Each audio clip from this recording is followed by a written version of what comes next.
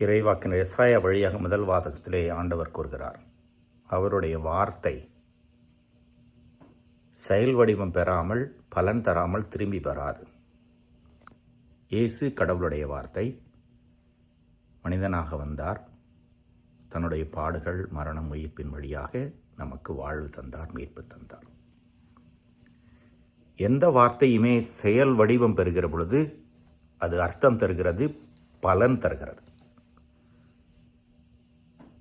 நாம் அன்றாடம் பலமுறை ஜெபிக்கும் விண்ணகத்தில் இருக்கிற எங்கள் தந்தையே என்று ஆண்டவர் இயேசு கற்பித்த அந்த ஜெபம், அது வெறும் வார்த்தையாக வெறும் பிதற்றலாக நின்றுவிடக்கூடாது. செயல் வடிவம் பெற வேண்டும். அப்படி செயல் வடிவம் பெற வேண்டும் என்றால் ஒவ்வொரு வாக்கியத்தையும் பொருளுணர்ந்து ஜெபிக்க வேண்டும்.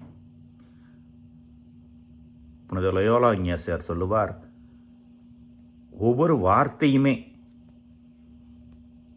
தியானிக்கப்பட வேண்டியது, தியானித்து ஜெபிக்கப்பட வேண்டியது, செயல்படுத்தப்பட வேண்டியது என்று.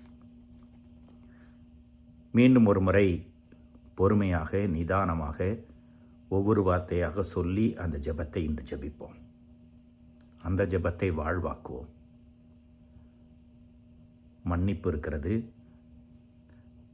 நாம் தீமைக்கும் தீயோனினுடைய சோதனைக்கும் உட்படாமல் இருக்க இறைவேண்டல் இருக்கிறது, பகிர்தல் இருக்கிறது, இறைவனுடைய இரக்கத்தையும் வழிநடத்தலையும் ஜெபிக்கிற ஜெபம் இருக்கிறது. நம்முடைய வார்த்தையும் அதே போலதான்.